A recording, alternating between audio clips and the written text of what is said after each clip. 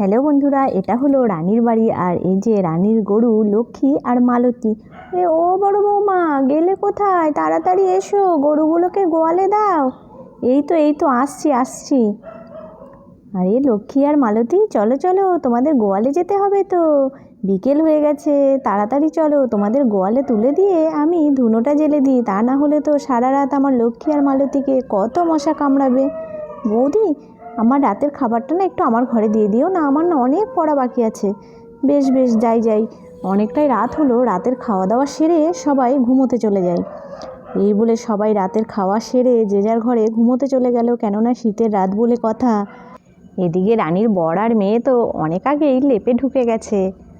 বাপরে বাপ, বর হয়েছে একটা। একটু আমার জন্য বসে থাকবে, দুজনে একটু গল্প সল্প করবো, তা না তো নাক ডাকছে ভস ভস করে। কি আর করা যাবে, আমারও সারাদিনের ক্লান্ত শরীর, গিয়ে শুয়েই পড়ি। আরে আরে, কি শীত করছে, কম্বলটা তো পুরোই নিজে নিয়ে নিয়েছে। ঘুমের ঘোরে রানী তো তার বরের গায়ের ওপর থেকে পুরো কম্বলটাই সরিয়ে নিল। আরে আরে আরে, এত শীতে ঠকঠক করে কাঁপছি কেন? আরে আমার গায়ে তো কম্বলই নেই। কি মুশকিল রে, হলো না, এই শীতকালে কম্বল নিয়ে টানাটানি একদম ভালো লাগে না। রানীর বর কম্বলটাকে নিয়ে আচ্ছাইসে জড়িয়ে নিয়ে শুয়ে পড়লো, আর রানীর গা তো পুরো ফাঁকা হয়ে গেল। রানী তো শীতে ঠকঠক করে কাঁপতে শুরু করলো।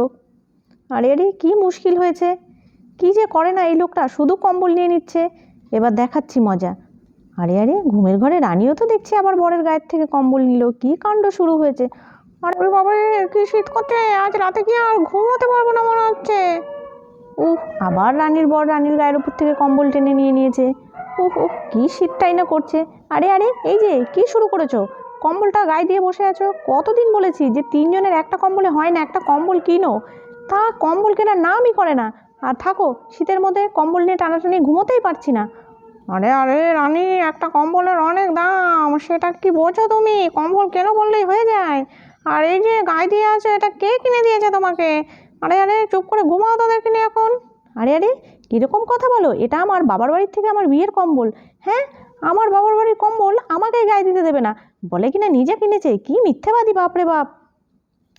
আরে আরে রানী, আজকে রাত তো ঘুমোতে দাও, কাল সকালে গিয়ে আমি কম্বল কিনে নিয়ে আসবো। ঠিক আছে, এখন শুয়ে পড়ো। আরে আরে, কম্বলটা তো আবার রানী নিয়ে নিল। এখন কি হবে, কি মুশকিল। রানীর বরের গা তো পুরো ফাঁকা হয়ে গেল। রাত করে এই কম্বল নিয়ে টানাটানি আর ভালো লাগছে না। উহু উহু উহু, বাবা কি শীত, কি শীত, ওরে বাবারে, কি শীত না পড়েছে।